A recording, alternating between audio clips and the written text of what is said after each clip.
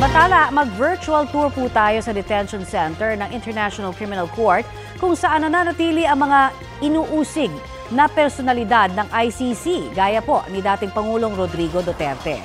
Sa pasilidad na matatagpuan din sa The Hague, may nakalaang standard na kwarto para sa bawat detainee. Sa loob po ng selda, may sarili silang kama, mesa at upuan, pati na lababo at palikuran. Hiwalay pa ang shower at laundry area. Mayroon ding library and spiritual room kung saan may access ang detainee sa mga libro, balita at telebisyon.